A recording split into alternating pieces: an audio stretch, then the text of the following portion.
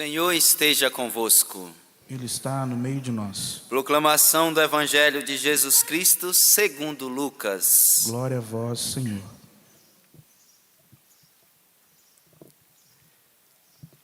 Aconteceu que Jesus estava numa cidade e havia aí um homem leproso.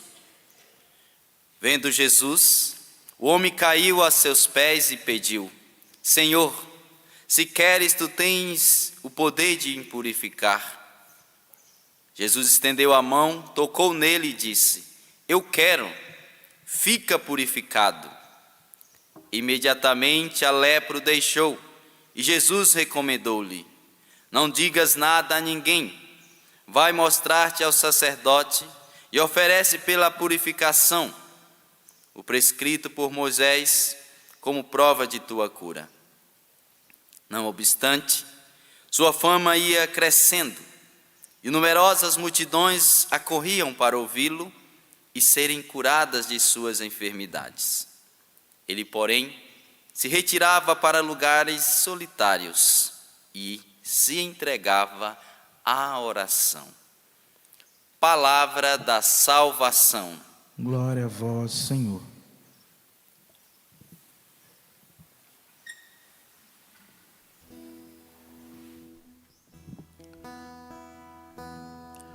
Glorifica o Senhor, Jerusalém. Glorifica o Senhor, Jerusalém. Glorifica o Senhor, Jerusalém. Glorifica o Senhor, Jerusalém.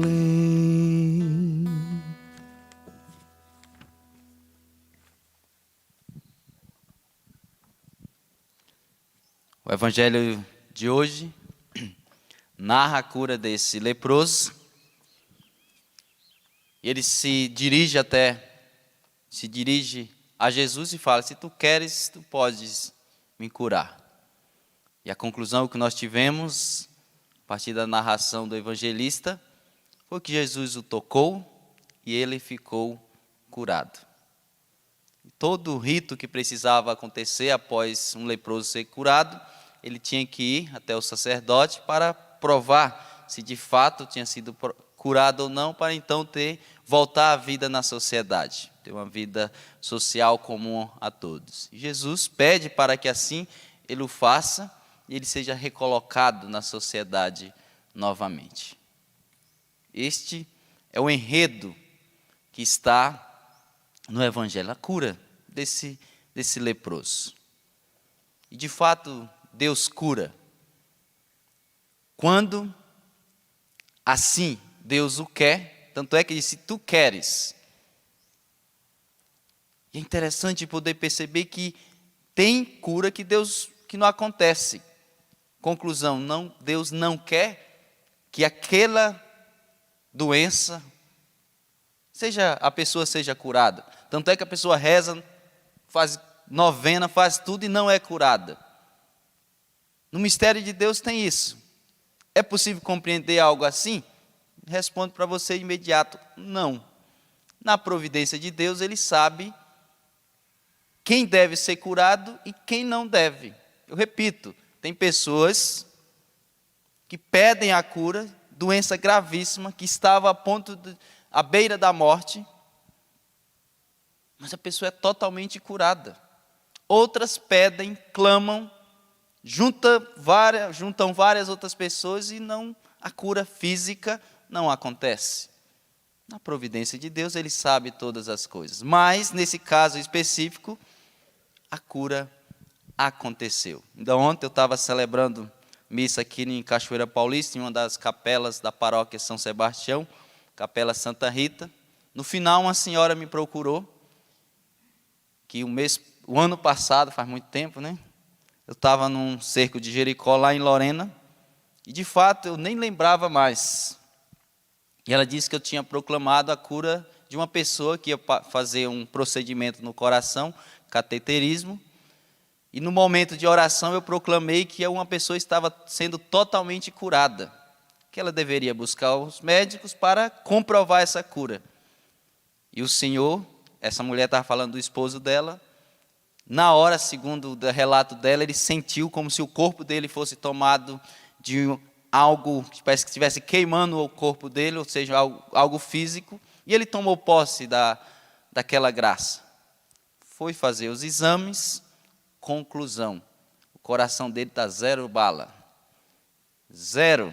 Não precisará mais fazer a cirurgia, está totalmente curado mesmo. Fez todos os exames que precisa, fez a comparação, foi mais de um médico, ou seja, foi totalmente curado. Era falando para o padre, obrigado, tal, como se fosse eu que tivesse realizado alguma coisa. Não, o padre não realiza nada. Quem realiza é sempre Jesus. Lógico, usa o padre como instrumento, sem dúvida, mas a realização do milagre é sempre o Senhor.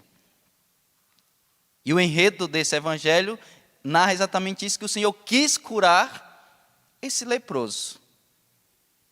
Só que tem um detalhe, eu comecei falando tudo isso, mas não vou falar disso. Mas, pai, mas que negócio é esse? Eu quero chamar a atenção para você de uma coisa. No final do evangelho, quando vai dizer que muita multidão corria até Jesus, todo mundo querendo ser curado, aquele negócio todo tal. Mas no final do evangelho tem um detalhe que às vezes passa despercebido por nós.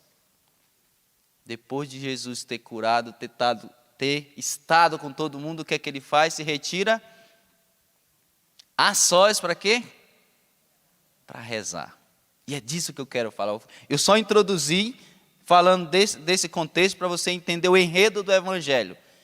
Mas quero chamar a atenção para você nessa homilia exatamente para o finalzinho que normalmente passa despercebido. Jesus que se retirou a sós para rezar. E nós temos que aprender a rezar com quem? Sobretudo com os santos. E eu quero começar com Santa Teresinha, que ela diz assim: para mim a oração é um impulso do coração, é um simples olhar lançado para o céu, é um grito de gratidão e de amor, tanto no meio da tribulação, como no meio da alegria. Santa Teresinha do Menino Jesus. Oração é um impulso do coração, é um simples olhar lançado para o céu.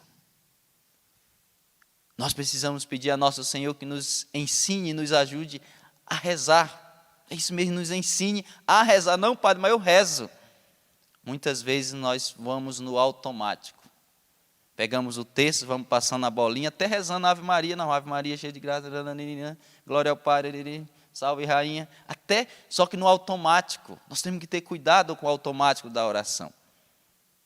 Nós precisamos ter tempos de meditação, de silenciarmos. Porque às vezes nós vamos à missa, rezamos o texto, fazemos várias coisas, só que no fundo, nós não temos vida de oração. Padre, como assim? Coisa absurda, eu estou indo na missa, eu estou rezando o texto, o senhor está me dizendo que eu não tenho vida de oração. Porque vida de oração não é prática, vida de oração é intimidade. Aqui que está a diferença, não é prática. É mais do que isso, a prática precisa me levar à intimidade. Mas se eu ficar só na prática, eu posso ir na missa, eu posso fazer novena, rezar o texto, trezena, quinzena, quaquagema, sequagemas. Mas se não tiver intimidade, eu não tenho vida de oração. E sobretudo o silêncio. Como nós precisamos pedir a Deus a graça do silêncio. Estarmos sozinhos pode ser até no seu quarto, se na sua casa tem um ambiente agradável de silêncio. Mas de modo muito particular na capela. Nós precisamos buscar mais a capela. Estarmos ali diante do Senhor, às vezes sem dizer nada. Aqui que está a questão. Porque rezar não é pronunciar muitas palavras. O próprio Senhor já disse isso. Não, quando fores orar, fores rezar, não use muitas palavras. Não, eu já sei o que tu quer. Fique quietinho.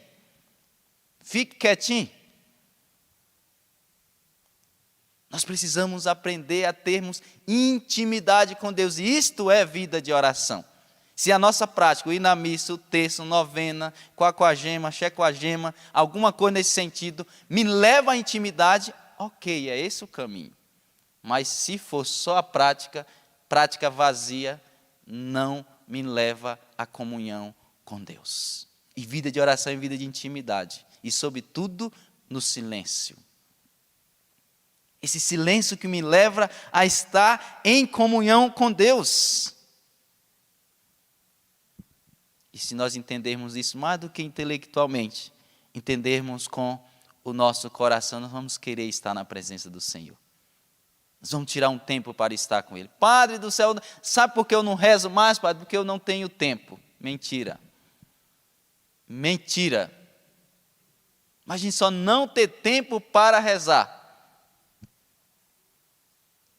Se nós amamos nosso Senhor, sempre nós teremos um tempo para Ele. O não ter tempo significa que nós já deixamos de amá-lo. Ou no mínimo, amá-lo com toda a intensidade do nosso coração, como assim se deve. É a mesma coisa, eu usarei uma analogia para você entender. Do esposo que diz para a esposa, eu amo você, só que eu não tenho tempo para estar, tá? Mas eu te amo. Só não tenho tempo para você, mas eu te amo demais. Você iria acreditar nesse amor? O esposo que viaja, depois de 4 dias ele manda uma mensagem: oi, amor, cheguei, viu? Depois de 3, 4 dias. Só que eu te amo, tá? Eu só não lembro de você, mas eu te amo. Eu te amo, porém não lembro de você. Quando nós não rezamos, é isso que nós falamos para o Senhor. Senhor, eu te amo, eu te adoro, Senhor. Só não tem tempo para ti. Só não tem tempo para rezar. Mas eu te amo, Senhor. Tu és o Deus da minha vida. Falsidade. Oração falsa. Oração que só sai da boca. Sai da boca, já cai no chão, não sobe. Pesada com o nosso egoísmo, com o nosso orgulho. E a oração, ela tem que estar regada com a nossa humildade. Nós não podemos caminhar sozinhos, nós precisamos caminhar com a graça de Deus. Um homem que reza, uma mulher que reza, entende que não dá para viver sozinho, nós precisamos viver com Deus. Essa humildade de saber que a nossa vida pertence ao Senhor e para Ele deve estar orientada. Até é um ato de humildade a oração, e aqui eu estou só parafraseando o catecismo da Igreja Católica. É um ato de humildade a oração, é reconhecer a grandiosidade de Deus e o nosso ser como criatura. E nós precisamos pedir, eu repito, a Deus que saibamos rezar e queiramos rezar. O Salmo 72, versículo 28 diz: para mim a felicidade é estar junto de Deus. Para mim a felicidade é estar junto de Deus. Olha só, o salmista entendeu o que é isso, o que é, qual a maior felicidade que o ser humano pode ter, estar na presença do Senhor. Não tem felicidade maior do que esta comunhão com Deus. E nosso Senhor nos ensina isso concretamente. Ele estava na ação, eu estou falando uma ação, o Senhor estava, curou, estava com todo mundo. E aqui narra só a cura desse leproso, mas os evangelhos que você analisar, quando Jesus estava, muitas curas, muitos milagres aconteciam. Ou seja, é bem provável que tiveram outras curas, outros milagres. Estava provavelmente muito cansado, mas no final o que ele fazia, se retirava para rezar. Jesus é nosso maior modelo de oração. Nos ensina como viver em comunhão com nosso Senhor Jesus Cristo. O cura das, ele vai dizer: eis a grande felicidade deste mundo, ó vida admirável, ó admirável união da alma com nosso Senhor. Olha só, isso é vida de oração, é união de alma, não é uso de muitas palavras. Por isso que eu vos disse, na verdade baseado no que Jesus ensinou, olha, for rezar, fique quietinho, não use muitas palavras não fique querendo me convencer pelas palavras. Jesus não é convencido pelas nossas palavras. Padre, eu acho que eu vou estudar inglês para me orar sempre em inglês. Padre, eu acho que eu vou estudar o latim, uma língua mais antiga, para me mostrar para o Senhor quanto eu amo.